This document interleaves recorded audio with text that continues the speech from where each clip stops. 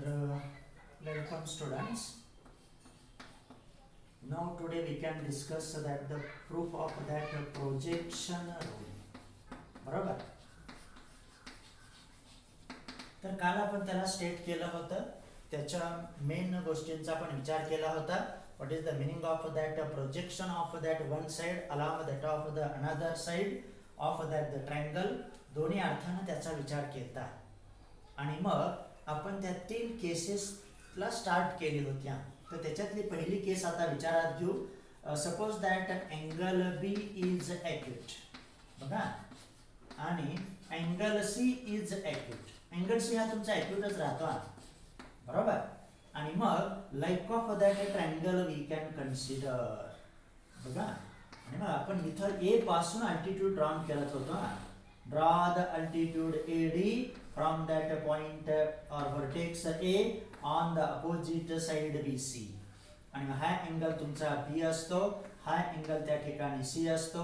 This is the side A, that is the B, that is the C with that of the usual notations, बरोबर. आणि मग आपल्याला माहिती आहे, तर when that B is acute angle and C is acute, then we have to consider this the first case. आणि मग आपल्याला माहिती आहे, आणि मग बघा, therefore projection of, बघा, projection of that AB on BC, हे स्पष्टपणे द्या. projection of AB on BC that is equal to BD. तरी काय आलं तुमचं BD, आणि that is nothing but C times that cos of B. हे काल आपण शिकलो होतो, बरोबर. तर काही प्रश्न नाही. Projection of AB on BC that is equal to BD equal to C times that of the cos B. तर that related to each other. त्यानंतर therefore projection of, similarly projection of another side AC on same side BC. ह्या बाजूची projection ह्या बाजूवरती BC वरती मिळवली आणि आता ती मिळवण्याचा आपण प्रयत्न करत आहोत. मग projection of AC on BC that is equal to segment DC. तर AC ची प्रोजेक्शन BC वरती कोण येते, फक्त एवढीच येते. कारण A पासून तुम्ही काय टाकलेला आहे, that is the altitude or perpendicular on that side. आणि मग DC बरोबर काय येते त्या ठिकाणी, B cos C. तर असंच असतं, C cos B, B cos C, बरोबर. तर like of that these projections are there. आणि मग आता आपल्याला रिझल्ट येतोय. and therefore from this figure note that, आणि मग त्या आकृतीवरून आपण काय नोट करू शकणार आहे, note that BC equal to, काय आता लेंथ म्हणायची सुद्धा काही गरज नाही, आपण ते नोटेशन दिलंय. BC equal to that BD plus that of the DC. आणि BC बरोबर कोण आहे तुमचं, that is the side of that triangle having the length A. BD आली projection of AB on BC, that is C times cos B plus that DC. किती व्यवस्थित आलं, B times that of the cos C. परत आपण क्रमवार जाऊ, का आपल्याला सायकल पूर्ण करायचं आहे. and therefore A equal to B cos C plus C cos B. आणि मग असं तो आपल्याला एका बाजूचं रूपांतर cos रेशो मध्ये मिळालं. Fair that angle B is acute. त्यावेळेस B हा acute असतो, C हा तुमचा ऑटोमॅटिक acute मिळतो. तर ही झाली पहिली केस आहे, बरोबर. when B is acute automatically C is also acute. त्यानंतर बघा, आता दुसऱ्या केसचा विचार करू. पहिल्या केसमध्ये तर आपल्याला मिळालं A equal to B cos C plus that of the C cos B. त्यानंतर परत तीच प्रक्रिया, फक्त आता काय बदल होतोय ते बघू. Let that angle B is obtuse, OBTUSE. त्यावेळेस तुमचा अँगल C ऍक्यूटच राहतो, तो ऍब्च्युअस होऊ शकत नाही, नाहीतर तो ट्रायंगल तयार होत नाही. लक्षात आलं. आणि मग आता तो B ऍक्यूट नाही, आता तो ऍब्च्युअस आहे. थोडंसं त्याला आपण असं ड्रॉन करण्याचा प्रयत्न करू. तो 180 अंशापेक्षा मोठा असेल. Like of that this is our triangle ABC. आपला ट्रायंगल तोच आहे, ट्रायंगल ABC. आणि that is the angle that of the B, that is the angle that of the C. आणि ही बाजू आली तुमची B, BC बरोबर आलं A आणि AB बरोबर आलं C. बरोबर. आणि मग आता आपली प्रक्रिया सोडायची नाही. आपण काय करत होतो, मग ॲक्यूट होता त्यावेळेस A पासून BC ह्या बाजूवरती लंब टाकला, मग extend that BC to the left of B. मग त्या साइड BC ला आपण डाव्या साइडला वाढू, कारण इकडे आपण फिगर काढल्या, इकडे घेतला असता तर उजव्या साइडला तुम्ही एक्सटेंड करू शकता. Draw that perpendicular AD there. आणि मग आता याला डॉट डॉट न दर्शवा आपण त्या ठिकाणी. बरोबर. तर अशा रीतीनं आता आपणाला तो परपेंडिक्युलर किंवा अल्टिट्यूड आला. बरोबर. मग A पासूनच तो टाकलाय, कारण आपल्याला A बरोबर मिळवायचंय. लक्षात आलं. आणि मग आता इथं काय घडतंय ते बघूया. तर see there. Now here note that again similar, अर्थ बदलत नाही. Projection of that side AB on BC. ही कोण असणार आहे, साइड AB ची प्रोजेक्शन BC ह्या बाजूवरती म्हणजेच त्या रेषेवरती BC इनपुट करणाऱ्या लाईन वरती ती असते आणि ती येते त्या ठिकाणी BDच. That is equal to BD. बरोबर. त्यानंतर जरी तो ऍक्च्युअस असला, मग ती इथं होतं कारण इकडं होतं, आता तो ऍक्च्युअल इकडं आला म्हणून ती इकडं एक्सटेंड झाल्या. त्यानंतर अगोदर रेषाखंडामध्ये दिवा projection of AC on BC that is equal to, मग AC ची प्रोजेक्शन दॅट BC वरती कोण असणार आहे, दॅट इज D6. त्याच्यात बदल होत नाही, BD आणि D6. परंतु आता आपल्याला त्यांच्या लेंथ बद्दलचा विचार करायचा आहे काळजीपूर्वक, कारण तुमचा B हा आता अॅक्यूट अँगल आहे. आणि मग बघा, now to get that of the BD or that of the DB we have to consider that right angled triangle ADB. आणि मग बघूया, see that in a triangle ADB, note that here in a triangle ADB आपल्याला आता BD पाहिजे, BD बाजू पाहिजे. याचा अर्थ ती कोणाची लॅटरल साइड आली किंवा लगतची बाजू आली, तर ह्या कोणाची. आणि आता what is the measure of this angle, आणि त्याचा विचार केला की आपलं काम संपलं. बघा, म्हणून माझं वाक्य काय येतं आता, in a triangle ADB that measure of angle ABD equal to. लक्ष ठेवा, ट्रायंगल ADB आहे, अँगल ABD आहे. अँगल ABD किती असणार बरं, B इथपर्यंत मेजर आलं, that is the straight angle. याचा अर्थ pi minus B. Well that. तर हा बदल झाला कोणामुळं, त्या ऍक्च्युअस अँगलमुळं. आपला जो राईट अँगल आहे त्या BDच्या प्रोजेक्शन मिळवण्यासाठी तो इकडं बाहेर आला त्या त्रिकोणाच्या. कोणामुळं, B हा ऍक्च्युअस घेतल्यामुळं. म्हणून त्या ट्रायंगल मध्ये अँगल ABD हा तुमचा पाय मायनस B आला. आणि हे महत्वाचं आहे बदल. बघा तसं नव्हतं, म्हणून तर आपण ऑब्झर्व करायला पाहिजे.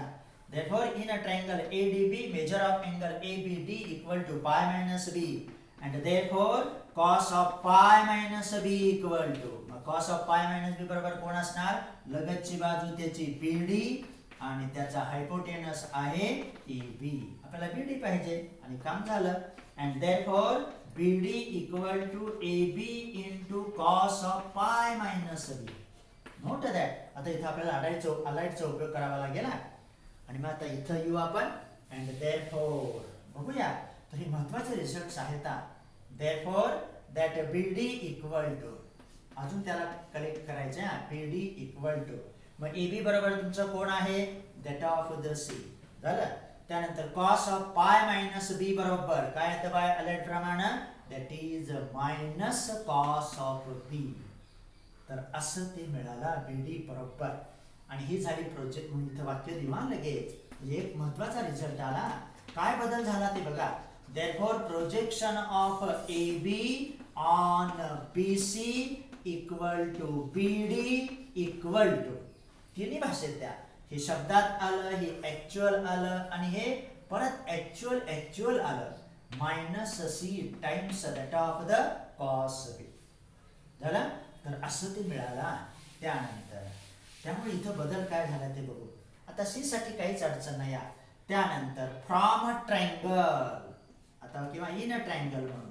आता ट्रायंगल तुमचा राईट अँगलच घ्यायचा, हा घेऊन नाहीचा, नाही तर कॉस रेशो नाही मिळत. इन अ ट्रायंगल ADC, बघा आता, in a triangle ADC measure of angle ACB equal to C. इथं काहीच अडचण नाही, तो Cच आहे त्या ठिकाणी. लक्षात आलं. And therefore cos C equal to, कारण आपल्याला आता डीसी पाहिजे, बीडी मिळवलं, आता डीसी मिळवायचं आहे.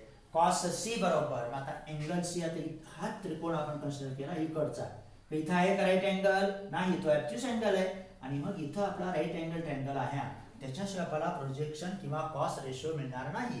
Cos C equal to DC upon एसीच. मग काय आलं, बीडी अपॉन एबी. आता एडीसी हा राईट अँगल ट्रायंगल आहे आणि त्याच्यातला सी अँगल सीचा आहे, म्हणून एसी झालं तुमचं diagonal, sorry that is hypotenuse, and therefore cos C equal to that is DC upon B. आणि मग आता इथं मिळाला, इथं देतो, and therefore DC equal to B times cos C. इथं मात्र साइन त्याचं बद्दल नाही, पण तो ॲक्युटच आहे झाला. आणि मग आता आपल्याला दुसरं महत्वाचं स्टेटमेंट आला, अँड देअरफॉर बघा तिन्ही भाषेत हे शब्दात, projection of side AC on BC that is equal to DC. मग ॲक्यूट होता बी अँगल तरी तेच होत्या BD आणि DC, आता तो ॲब्च्युस झाला तरी BD आणि DCच आहे, आणि ते आलं तुमचं बी कॉस सी आलं. तर हे दोन महत्वाचे मुद्दे महत्वाचे मिळाले, आणि आता काम संपलं. अँड देअरफॉर, आणि मग आता बघूया, अँड देअरफॉर फ्रॉम फिगर, आता त्या फिगरचा उपयोग करू, जसं मगा केलता तसा. मगा कसा होता, BC बरोबर BD प्लस DC, इथं D होता आपला, कारण त्यावेळेस तो ॲक्यूट अँगल होता, हे लक्षात घ्या तुम्ही, BD प्लस DC. आता काय येते ते बघूया. From figure no BC equal to how many.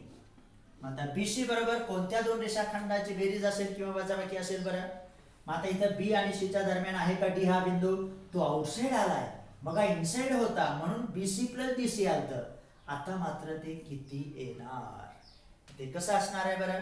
बघा आपल्याला BC फक्त पाहिजे, एवढीच लांबी पाहिजे, याचा अर्थ DC मधून BD वजा करावं लागेल, एवढ्यामधून हा सेगमेंट वजा केला की आपलं BC येतंय. याचा अर्थ काय, BC बरोबर DC minus that of the BDच. बरोबर. बघा ह्या रेषाखंडामधून हा रेषाखंड वजा केला की आपला BC मिळतोय. तरी रेषाखंडाची बेरीज वजाबाकीवरून ते प्राप्त झाला, म्हणून फ्रॉम फिगर महत्वाचा आहे. आणि मग आता काम संपलं. BC मात्र कोण आहे तुमचं A, DC कोण आलंय, आता बघा इथं DC इथं आला, B cos C minus BD कोण आलं, बरोबर मायनस मायनस प्लस झाले. बघा हे तर खरं महत्वाचा बदल आला. मग इथं मायनस साइन होता का, नाही, कारण D B आणि C च्या दरम्यान होता, आता तो बाहेर आला. आणि मग काम संपलं. And therefore A equal to B cos C plus C cos B.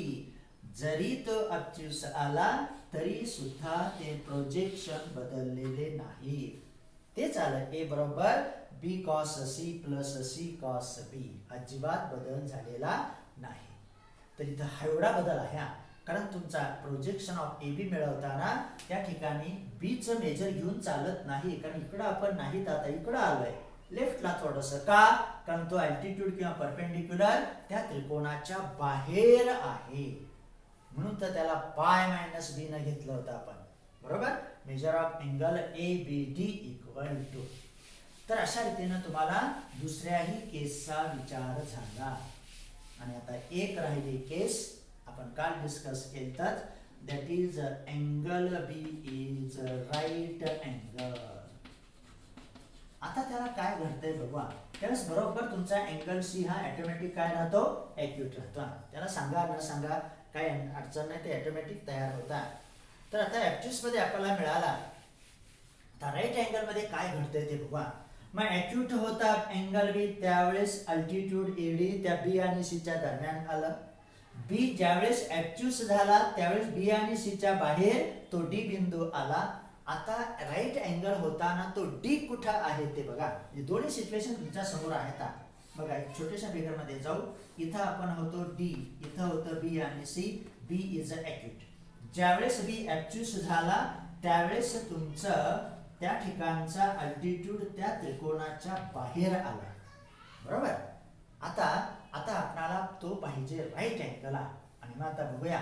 Now consider that triangle which is a right angled triangle in which that angle B is a right angle. आणि काम संपलं. बाकीचं आहे तसंच.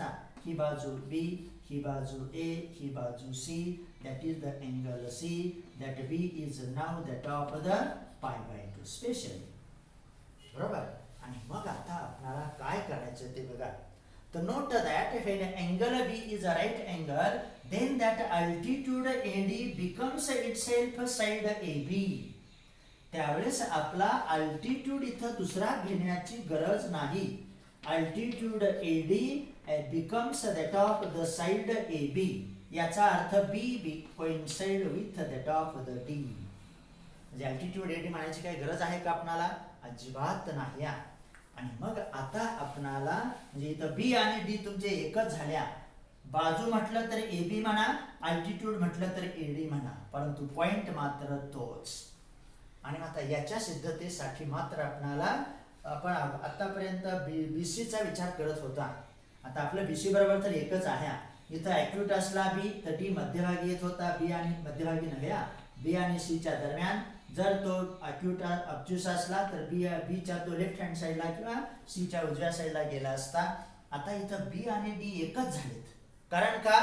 AB becomes perpendicular to that of the BC because angle B is a right angled triangle किंवा that is the right angle. आणि इथं थोडंसं वेगळ्या मार्गाने जायचं. and therefore here we can consider that of the RHS. मग आता आपण A कडून इकडे जात होतो ना, आता RHS कन्सिडर करू. RHS equal to B cos C plus that of the C cos B. हे तर आहेच आपल्याकडं. बरोबर. कोणतीही केस असू द्या, आयदर ॲक्यूट ॲब्ट्यूस. आता राईट अँगल मध्ये काय घडते ते बघायचे.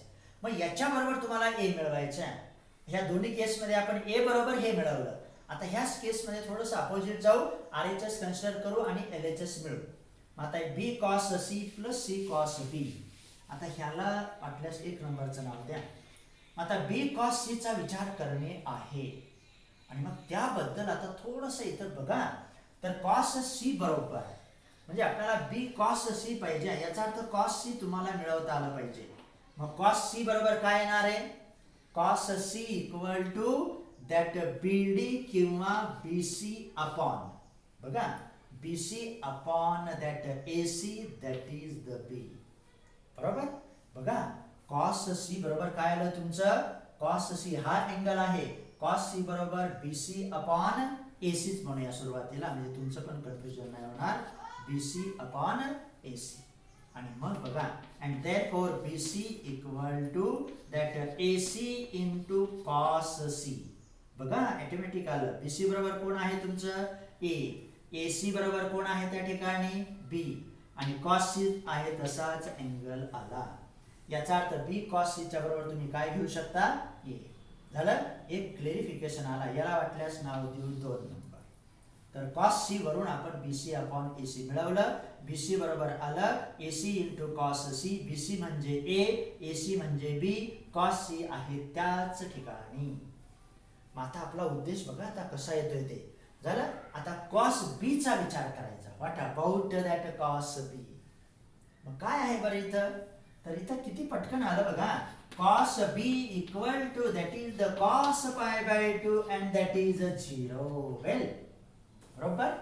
तर इथं बघा cos B म्हणजेच पाय बाय 2 कारण angle B is a right angle. आणि आपलं काम संपलं. आणि याला देऊया 3 नंबर. झालं काम. and therefore equation 1 becomes that RHS equal to बघा RHS equal to B cos C बरोबर कोण आलं तुमचं? that is A. त्यानंतर plus C into cos B बरोबर कोण आलं? 0 कारण तो अँगल आहे तुमचा पाय बाय 2. आणि हा बदल झाला म्हणजे तिन्ही केस मध्ये वेगळा आहे. इथं D होता B आणि C च्या दरम्यान, इथं D होता B आणि C च्या लेफ्ट हँड साइडला किंवा राईट हँड साइडला C च्या, आणि इथं B आणि D एक रूप झाले होते किंवा they are coincide to each other कारण AB becomes perpendicular or right angle to that of the BC. अशा रीतीने तुम्हाला A मिळालं. आणि RHS equal to A that is our LHS. आणि मग आता आपण म्हणू शकतो and therefore for every case म्हणजे तुमचा बी हा अँगल कसाही असू द्या, लक्षात आलं. Therefore, for every case or in any case, A equal to B cos C plus that C cos B. तर अशा रीतीनं पहिला रिझल्ट तुमचा मिळाला. Similarly, by using that of the angle C is obtuse or that of the right angle, we can prove the same results. आपण C सगळीकडं ॲक्यूटच मानला होता, तो तुम्ही ॲब्च्यूस माना किंवा राईट अँगल माना, तुम्हाला बरोबर बाकीच्या केसेस सुद्धा मिळतात. अशा रीतीनं आपण कोणत्याही बाबतीमध्ये किंवा कोणत्याही केसला ए बरोबर B cos C plus C cos B सिद्ध करू शकलो. मग आता हे एकाच्या बद्दल झालं. मग दुसऱ्याबद्दल काय असणार? सिमिलरली, परत सिमिलरलीच म्हणायचा, पण ह्या शुद्धता मग आता बी पाहिजे ना, मग बी ला असं इथं टॉपला घ्यायचं. काल आपण सांगितलं इथं बी, त्यानंतर आपण अँटी क्लॉकवाईज डायरेक्शन येतो ना, म्हणजे ह्या दिशेनं बी इथं आला म्हणजे सी इथं असणार आणि ए इथं असणार. अशा रीतीनं नंतर इथं सी आणायचा, इथं बी येणार आणि इथं ए रोटेट होत जाणार. तर अशा रीतीनं त्याला रोटेट करायचं आणि मग similarly we can collect B equal to, म्हणजे इथून सुरुवात C cos A plus A cos C. तर बी सी सी ए आणि ए बी, शेवटी ए बीच येतं. A times cos B plus that B times cos A. तर this is the proof of that of the projection rule. तर 3 cases होत्या. पहिल्या ह्याच्यामध्ये आपण प्रोजेक्शन म्हणजे काय त्याचा विचार केला आणि मग आता त्याचा रिझल्ट प्राप्त झाला. तर in this way we can prove the projection rule. आणि मग these are the 3 standard relations between the sides and angles of that the triangle in its usual notations. तर असं ते 3 रूल झाले. आणि मी आता पुढं जात असताना आता थोडंसं आता ह्या कोरोनाच्या ह्याच्यामुळं आपण जो सिलेबस डिलीट केलाय तो आताच तात्पुरता डिलीट करत आहोत, परंतु हे 2 रिझल्ट मला सांगणं गरजेचंच आहे. त्यांच्या सिद्धता आपण नंतर बघूया, त्याच्यावरची 1-2 उदाहरणं सोडवण्याचा पण प्रयत्न करूया. आणि मग आता ते रिझल्ट तुमच्या पुस्तकात आहे, तुम्ही प्रूफ फक्त बघा, समजली तर ठीक, नाही समजली तर आपण प्रत्यक्षात बघूच. तर पुढचं आहे half angle formulae. Without proof we can state only, कारण हे उदाहरणामध्ये आपल्याला त्याचा उपयोग होईल. Very important formulae half angle formulae. मग आता बघा पहिलं काय आहे ते, एक आलं की दुसरं आपोआप येणार. बघा सारखंच तिन्ही रूल बघा, A upon sine A equal to B upon sine B equal to C upon sine C. Cosine मध्ये होतं A square B square C square. Projection मध्ये होतं ए बी सी. तिघांचंही आपल्याकडे आहे. आता हाफ अँगल फॉर्म्युले मध्ये काय ते बघूया. Sine of A by 2 equal to, अगोदर ए अँगल बद्दल सांगतो. Sine of A by 2 equal to square root of, परंतु त्याच्या अगोदर एक इन्फॉर्मेशन द्यावी लागेल. तर सी दॅट, त्यामुळेच हे अगोदर हे डिलीट होणं वगैरे, आता त्याला काही पर्याय नाही. तर ANGLE हाफ अँगल फॉर्म्युले. तर बघा, consider triangle ABC with its usual notation. तर हे अगोदर सांगायचं राहिलं होतं का, त्याशिवाय ते रिझल्ट देता येत नाहीत. झाला. Consider that triangle ABC with its usual notation and let us take the perimeter of that triangle is a plus b plus c equal to 2 times of s. तर आता आपण 9वी मध्ये किंवा 10वी मध्ये ते सूत्र शिकला बघा तुम्ही, अर्ध परिमिती. अर्ध परिमिती म्हणजे यस, कारण हा 2 इकडे येणार, म्हणजे यस बरोबर काय येतं, a plus b plus c that is the perimeter divided by 2, म्हणून झालं हाफ पेरिमीटर. परंतु सांगत असताना a plus b plus c बरोबर ट्वाइस यसच सांगावं लागतं. म्हणजे perimeter of that triangle equal to always note और denote by 2 times of S. झालं. देन आणि मग आता हे 3 सूत्र मिळतील 3 अँगल बद्दलचे. बघूया काय काय आहेत ते. Sine a by 2 equal to square root of, बघा यस मायनस, इथं पण सायकल पूर्ण करायचं. S minus B S minus C upon B C. हे सगळं वर्गमुळात आहे, तो भाग काय झाला. त्यानंतर त्याच्यावरूनच cos a बाय 2, आता हे डायरेक्ट सांगणं तसं चुकीचं आहे, पण तसं सांगावंच लागतंय. cos a/2 equal to square root of s into s minus a upon bc. हे छेद मात्र समान आहेत आणि त्याच्यावरून येतो tan a/2 इथं देतो, म्हटल्यास इथं देऊ काय हरकत नाही. आणि tan a/2 इक्वल टू, मग tan a/2 म्हणजे कोण, हाफ अँगल आला म्हणून त्याचं नाव आहे हाफ अँगल फॉर्म्युला. आपण 11वीत शिकलो ते सगळे सूत्र. cos of 2 theta equal to 2 times cos theta into sin theta वगैरे काय असेल ते sin of theta. cos of 2 theta चे 3 सूत्र होते, cos square theta minus sin square theta, 2 cos square theta minus 1, 1 minus 2 times sin square theta. आलं. मग tan a/2 equal to sin a/2 upon cos a/2, ह्या दोघांचा छेद समान आहे, तो नाहीसा होईल आणि याचं येणार ही व्हॅल्यू अंशस्थानी s minus b s minus c, तर cos c येणार छेदस्थानी. तर हे झाले 3 सूत्र, sin cos tan of that half angle of that angle A of that triangle ABC. आता A ची आली की तुम्हाला b/2 c/2 ऑटोमॅटिक येतं. त्यानंतर similarly sin b/2 equal to, आता ते सायकल पूर्ण कसं होतं बघा, इथे s मायनस c न शेवट झाला ना, आता इथे s मायनस c न सुरुवात करायची, s minus c s minus a upon ca. इथं angle A s minus a हा ब्रॅकेट तिथं नव्हता. आता इथं अँगल B आहे, b/2 आहे, इथं s मायनस b हा ब्रॅकेट नाही, परंतु इथं मात्र आहे. cos b/2 equal to square root of s into s minus b upon ca. cos a/2 ला s मायनस a आहे, s आहे, तेव्हा हे असं लक्षात ठेवा. त्यानंतर त्याच्याप्रमाणे tan b/2 बरोबर आता छेद समान ca आणि मग अंशस्थानी असणार s minus c s minus a upon s into s minus b. तर हे झालं a/2 b/2 sin cos tan half angles. आता कुठपर्यंत आला आपण, s मायनस a पर्यंत. आणि आता sin c/2 चं पण घेऊन टाकू, म्हणजे तीनही सूत्र तुमच्या पुस्तकात आहेत, व्यवस्थित ऑब्झर्व करा. त्यानंतर sin c/2 equal to square root of, c/2 आहे, c चा ब्रॅकेट नसणारा, म्हणजे s minus a s minus b upon ab. आणि cos c/2 इक्वल टू, आता इथं s मायनस c चा ब्रॅकेट राहणार, s into s minus c upon ab मात्र. प्रत्येकाचं छेद समानच राहते, त्याशिवाय टॅन नाही डिफाइन होत. आणि मग tan c/2 इक्वल टू काय असणार आता, s minus a s minus b upon s into s minus c. तर these are called that the half angle formulae. त्यांच्या सिद्धता तुम्ही बघा, थोडासा वेळ द्या, कळलं तर ठीक, नाहीतर आपण आहोतच. चला.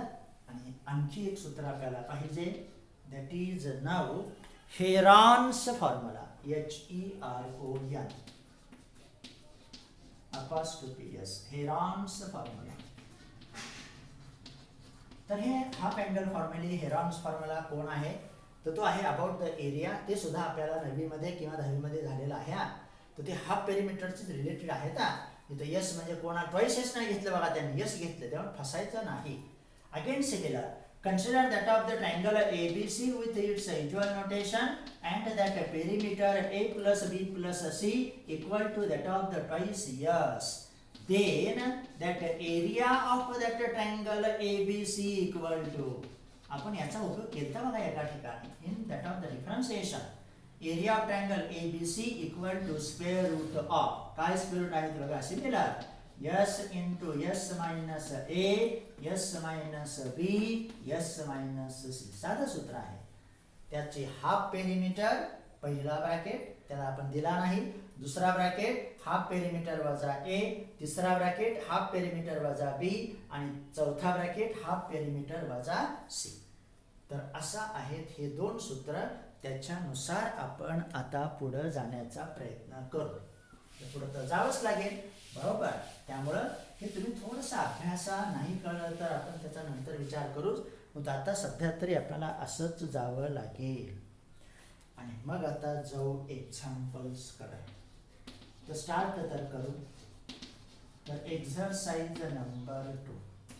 तर आज आपण आता पुढच्या एक्झरसाइज मध्ये जाण्याचा प्रयत्न करू. आहे अजून थोडा वेळ. तर बघा, त्याच्यातलं पहिलं उदाहरण बघू. तर आता एक्झाम्पल्स बघा, सगळे आतापर्यंत जे काय आपण शिकलो, मग काय काय शिकलो बरं आपण या ठिकाणी. After that of the principal solution, general solution आपण नाही मिळवलं, प्रिन्सिपलच मिळवलं कारण तो पण पार्ट डिलीट झालता. त्यानंतर आपण पोलर कॉर्डिनेट्स, कार्टेशियन कॉर्डिनेट्स त्यांच्यामधलं रिलेशन शिकलो आणि नंतर आपण ह्या ट्रायंगलच्या महत्वाच्या गुणधर्मांचा उपयोग घेतला. What is the meaning of that solution of a triangle याचा आपण विचार केला. मग आता त्याच्यावरचे उदाहरण तुम्हाला मिळतील. मग ट्रायंगल सोडवणं म्हणजे काय ते सुद्धा आपण सांगितलं होतं. मग त्याच्याबद्दलचे 3 स्टँडर्ड रिलेशन्स आले, sine rule, cosine rule, projection rule आणि आताचे हे सूत्र आपण सांगितले, डायरेक्ट सांगितले बरोबर. आणि मग आता पहिलं उदाहरण आहे काय ते बघा, फाइंड द कार्टेशियन कोऑर्डिनेट्स. तेव्हा हे उदाहरण असतातच, फाइंड द कार्टेशियन कोऑर्डिनेट्स. याचा अर्थ कोणते दिलेले असणार, पोलर. कधी कधी पुढचं वाक्य नसतं, आपण समजून घ्यायचं असतं. तेव्हा समजून घेणं ही प्रक्रिया सगळ्यात उपयोगीची आहे. नाही समजून घेतलं, we do not go that of the next वे.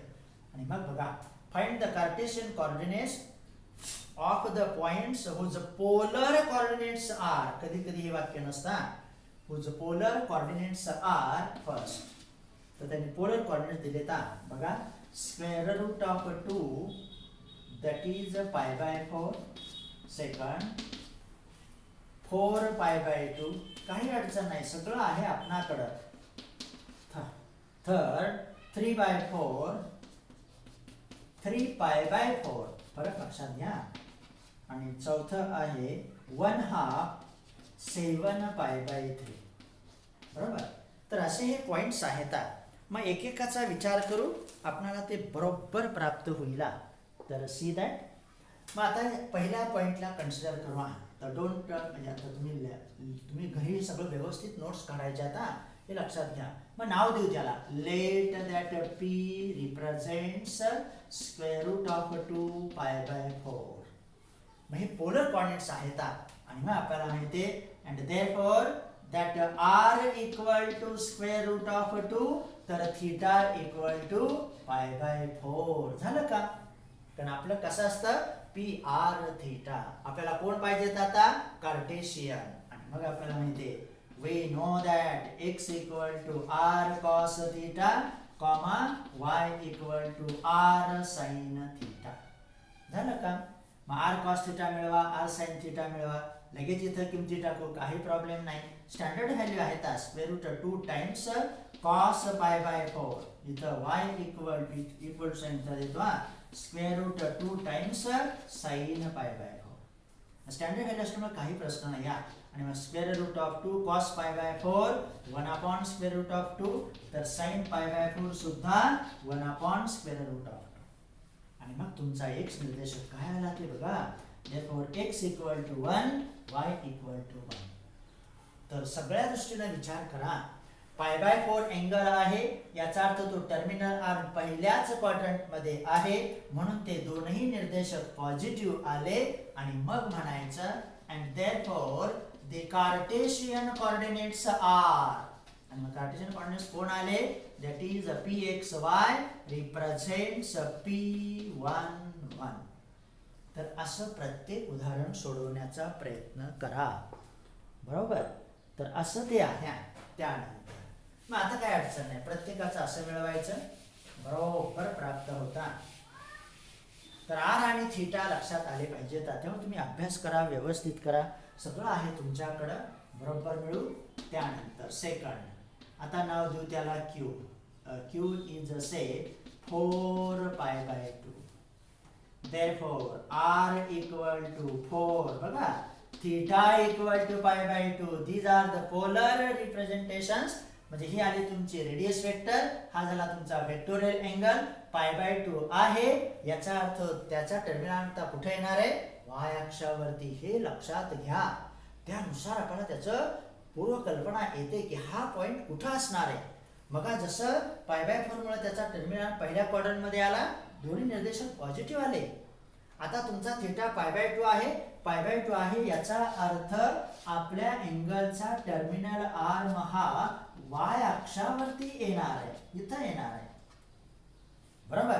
याचा अर्थ त्याचा x निर्देशक 0 असणार, y निर्देशक काय येईल ते आता आपण बघू. बरोबर. तेव्हा हे तत्व लक्षात ठेवायचं. सगळीकडे कुठं ना कुठं तरी एकमेकांचं नातं असतंच, तसंच इथं पण असतं. बरोबर. आणि मग आपल्याला माहिती आहे therefore we know that ते सूत्र x equal to r cos theta, y equal to r sin theta, or that is equal to r आहे तुमचं 4 cos of pi by 2 द्यायचं, त्यानंतर इथंच बरोबरचं साइन देतो 4 sin of pi by 2. बघा बरोबर येतं का नाही तो y अक्षावरचा पॉइंट ते बघूया. that is equal to 4 cos pi by 2 0, मुद्दाम देतोय मी, sin pi by 2 1, आणि म्हणून आलं x equal to 0 तर y equal to 4. आणि मग बरोबर तो पॉइंट तुमचा y अक्षावरती आला, हे लक्षात घ्या. And therefore the Cartesian coordinates of a given point R Q represents 0 4, कारण त्याचा अँगल होता तुमचा पाय बाय 2. हे व्यवस्थितपणे विचारपूर्वक मिळवा. आलं. त्यानंतर तर बघा एक पॉइंट फर्स्ट क्वाड्रंट मधला होता, दुसरा y अक्षावरचा होता, आता तिसरा कुठं जातोय ते बघूया. तर let us take that r is now 3/4 आणि 3π/4. आता थिटा थोडासा बदललाय बघू, काय हरकत नाही. therefore here r equal to 3/4 तर थीटा equal to 3π/4. आता आपल्याला 3π/4 पाहिजे. याचा अर्थ काय करावं लागेल बरं. आता 3π/4 म्हणजे कुठल्या क्वाड्रंटमध्ये अँगल जातोय बरं तो. 3π/4 म्हणजे π/4 म्हणजे 45 अंश. असं थोडंसं विचार करायचा. 5 त्रिक 15, 4 त्रिक 12, 135 डिग्री. 135 डिग्री म्हणजे त्याचा टर्मिनल आर्म जातोय सेकंड क्वाड्रंट मध्ये, आणि इथं आपण प्रत्यक्षात त्याला कॉल करू. therefore as theta equal to 3π/4 terminal arm of that angle theta lies in second quadrant. बरोबर. हे आपण 11वीत शिकलो होतो बघा, about that of the complex numbers. तेच टेक्निक आहे इथं, लक्षात आलं.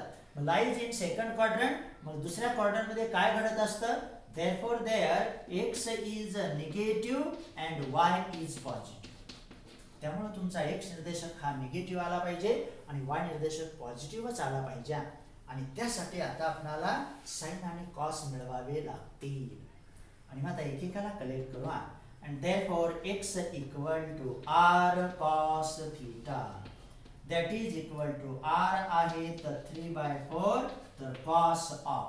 आता 3π/4 म्हणजे ते कोणापेक्षा लहान आहेत, 180 अंशापेक्षा. म्हणून इथं घेऊया पाय मायनस π/4. तर इथं ते कळतं पाय पेक्षा 180 अंशापेक्षा लहान आणि 90 अंशापेक्षा मोठा, म्हणून ते आपण घेतले पाय मायनस π/4. तरच 3π/4 येणार ना. लक्षात आलं. आणि मग cos of pi minus theta हे काय असतं तुमचं मायनस कॉस थीटा, कारण बरोबर साइन निगेटिव्ह येतात. आणि मग बघा that is equal to 3/4 times that is minus cos of π/4. तर हे कॉस ऑफ पाय म्हटल्यास इथं द्या, कारण by allied cos of pi minus theta equal to minus cos theta. तर त्या अलाइडचा आपण उपयोग घेतला. लक्षात आलं. तरी सुद्धा हां बरोबर आहे. दॅट बिकम्स वेल. त्यानंतर आणि मग आता त्याला थोडंसं सरळ रूप देऊया. तर ही मायनस साइन इकडं आलं, 3/4 आले आणि cos π/4 ची किंमत आली तुमची 1/√2, आणि म्हणून सरळ रूप देऊन लिहूया असंच -3/4 इंटू √2. त्यानंतर आता साइन बद्दल काहीच अडचण नाही. त्यानंतर y equal to r sin theta इथं देतो, that is equal to 3/4 times sine of 3π/4. आता तसंच लिहावं लागेल ना. 3π/4 चे विभाजन तसंच येणार, साइन ऑफ पाय मायनस 3π/4. बरोबर. मग किती येतं, एक minute, sine of pi minus π/4 तर 3π/4 येणार, कारण 4 पाय आले, 4 pi minus pi that is 3π/4. अलाइडचा उपयोग झाला. 3/4 टाइम्स साइन ऑफ π/4. हे याच्यावरून लक्षात घ्या. साईन निगेटिव्ह द्यायचं का पॉझिटिव्ह द्यायचं हे त्या क्वाड्रंटमध्ये ठरतं. पण आपल्याला माहिती आहे पायच्या बद्दल कॉस रेशो कॉस होतो, साईन रेशो साईन होतो आणि त्याचं चिन्ह आपल्या त्या क्वाड्रंटनुसार सिलेक्ट करा. वाय पॉझिटिव्हच आहे याचा अर्थ तो एक्स निर्देशकाचं साईन निगेटिव्ह राहणार, वाय निर्देशकाचं साईन बरोबर पॉझिटिव्ह आलं आणि मग ते येतात 3/4 टाइम्स 1/√. तर असं तो वाय निर्देशकाला आणि मग द्यायचं. And therefore the Cartesian coordinates of that point R, that is R represents x निर्देशक बरोबर निगेटिव्ह आला -3/4 टाइम्स √2. तर y निर्देशक आला 3/4 टाइम्स √2. त्यानंतर तर आणखी एक सोडवा म्हणजे हा मुद्दा आपला आज पूर्ण होईल.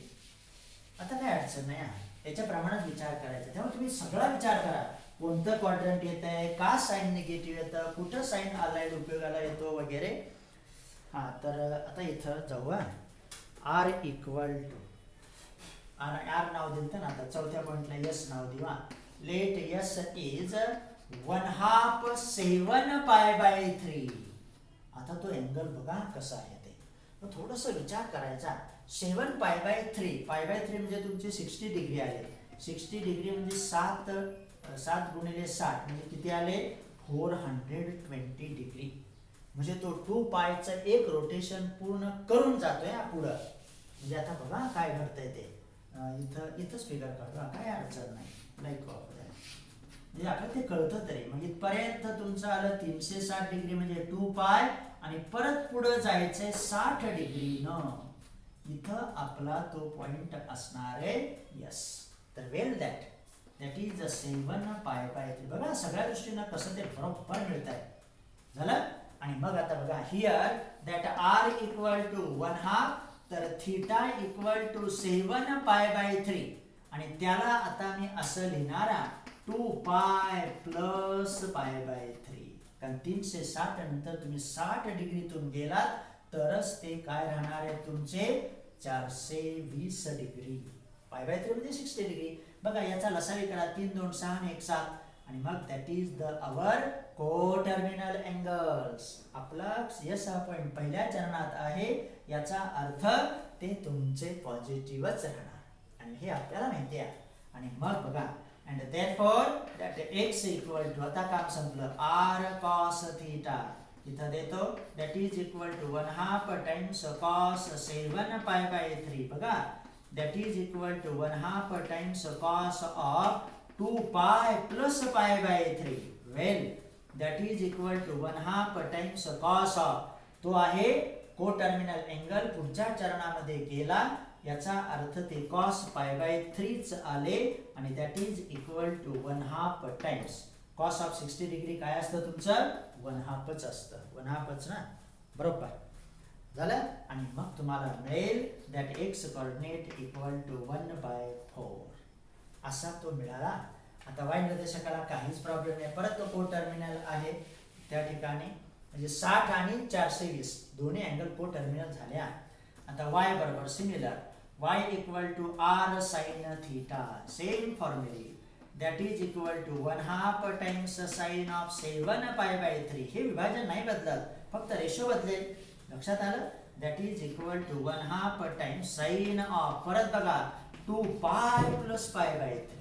हे झाले दोन को टर्मिनल एंगल आणि मग हे म्हणजे हा आणि 60 हा that is 1/2 times sin of π/3 आणि ते येतात स्क्वेअर रूट ऑफ 3/2 कारण sin 60 आहे हा sin 31/2 sin 60 स्क्वेअर रूट 3/2 आणि म्हणून y निर्देशक आला स्क्वेअर रूट 3/4 आणि मग आपल्याला चारही पॉइंटचे कार्टेशियन कोऑर्डिनेट्स मिळाले and therefore the Cartesian coordinates of that point yes are that is yes 1/4 square root 3/4 झालं. तर अशा रीतीनं आजचे तुमचं कार्टेशियन कोऑर्डिनेट्स आपण मिळवले. दिलेले होते पोलर मिळवले कार्टेशियन. पुढच्या ह्याच्यामध्ये आपण त्याच्या विरुद्ध गोष्टीचा विचार करू. चालेल.